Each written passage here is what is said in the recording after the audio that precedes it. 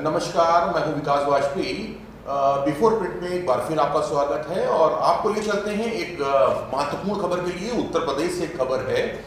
उत्तर प्रदेश में लगभग 6 महीने विधानसभा चुनाव को बचे हुए हैं और उसको देखते हुए बीजेपी किसी भी तरीके से अपनी सारी कमजोरियों को दूर करने की कोशिश कर रही है।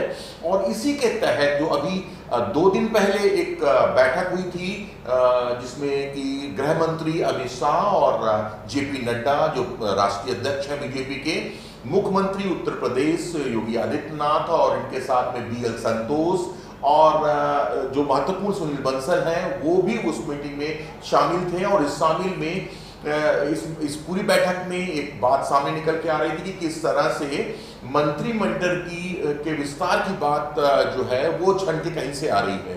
तो एक चर्चा वो भी मुद्दा रहा इसमें। और दूसरा एक मुद्दा ये रहा कि किस तरह से किन लोगों को शामिल किया जाए MLC केस में, कि MLC बना के उनको भेजा जाए और उन्हीं से 2 लोगों को मंत्री बनाने की बात चर्चा में है। और ये महत्वपूर्ण खबर इसलिए भी कही जा सकती है क्योंकि जिस तरह से चुनाव की तैयारियों में बीजेपी लग गई है उससे बीजेपी अपने कार्यकर्ताओं को भी स्पष्ट संकेत देना चाहती है कि वो पूरी तरह से जोश के साथ मैदान में उतरें। और साथ ही साथ जो उत्तर प्रदेश की रुहेलखंड का क्षेत्र है, जो पश्चिमी उत्तर प्रदेश का क्षेत्र है, पूर्वी उत्तर प्रदेश का क्षेत्र है, और यदि बात करें सेंट्रल यूपी की और रुहेलखंड की और आपकी बुंदेलखंड की, तो ये सारी जगहों पर एक समीकरण बैठाकर काम करने की कोशिश कर रही है बीजेपी और इसके लिए गंभीर मंथन किया जा रहा है। अभी तक आपको बता दें कि यदि उत्तर प्रदेश की बात की जाए तो कुल यहाँ पर 53 मंत्री हैं, जिनमें से 23 जो कैबिनेट रैंक के हैं और 21 राज्य मंत्री और 9 स्वतंत्र प्रभार के हैं। तो कुल मिलाकर जो 53 हैं उनमें से अब उत्तर प्रदेश में 60 लोग मंत्री बनाए जा सकते हैं और 7 अभी और बन सकते हैं। तो इसको देखते हुए कहा जा रहा है कि मंत्रिमंडल का विस्तार हो सकता है।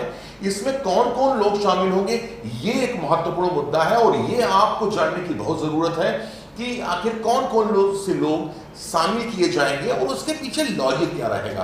तो पहला नाम निकल के आ रहा है एक जितिन प्रसाद का। जितिन प्रसाद को राज्यपाल की तरफ से मनोनीत करने वाली सीट है MLC की, उसमें उससे ले जाया जा सकता है उनको MLC के लिए। और जब वो MLC बन के आएंगे तो उसके बाद में उनको मंत्रिमंडल में भी जगह दी जा सकती है। दूसरा नाम है जो काफी समय से आप सुन रहे होंगे, एक लक्ष्मीकांत वाजपेयी का, जो प्रदेश अध्यक्ष भी रहे हैं और 2014 के बाद से लगभग उनका जो काम करने का पार्टी ने उनको एक हाशिए में डाल दिया था। और तीसरा नाम जो आपको बता दें, एक महत्वपूर्ण नाम है जो कि मीटिंग में भी शामिल थे और जो निषाद पार्टी है, संजय निषाद एक बहुत गंभीर रूप से जो है चर्चा में है। और उस मीटिंग में जो 2 दिन पहले गृह मंत्री और राष्ट्रीय अध्यक्ष के साथ में जो मीटिंग हुई थी दिल्ली में, उसमें संजय निषाद भी शामिल थे। साथ में एक विद्यासागर सोनकर एक वो चेहरा है जो पार्टी का दलित चेहरा है और वो किस तरह से दलित वोट को लुभाएंगे, इस पे भी इनका नाम भी बहुत आगे चल रहा है और ये पहले से ही MLC है। तो ये सब कुछ चीजें ऐसे बता रही हैं कि किस तरह से बीजेपी अपने कील और कांटे दुरुस्त कर रही है उत्तर प्रदेश में और पूरी तरह से चुनावी मोड में आने की तैयारी कर रही है। जिस तरह से बीजेपी कह रही है कि वो आने वाले समय में विधानसभा जो क्षेत्र हैं उनको ही अपना सेंटर बना के काम करेगी, यानी कि आपको दिल्ली से और लखनऊ से डायरेक्ट जोड़ने की जरूरत नहीं है।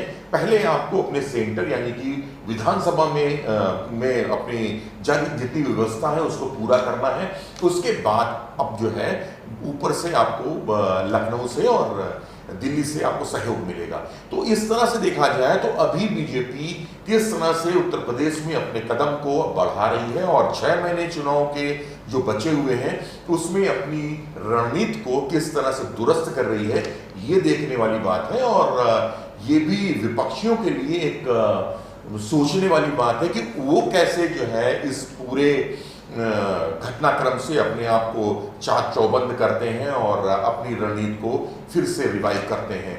और इसमें बात की जाए, जैसे ब्राह्मणों की बात की जाए तो ब्राह्मण में 2 नाम जो चर्चा में हैं, जिसमें जतिन प्रसाद और लक्ष्मीकांत वाजपेयी, तो ये लगभग पश्चिमी उत्तर प्रदेश और रोहिलखंड का क्षेत्र है, वहां से आ रहे हैं। तो बीजेपी चाहती है कि जो किसान आंदोलन की वजह से जो दिक्कतें पश्चिमी उत्तर प्रदेश में उसको दिखाई दे रही हैं, रोहिलखंड में दिखाई दे रही हैं, तो उसको किस तरह से वो दूर करे, एक ब्राह्मण जो चेहरे हैं उनको लेके आए।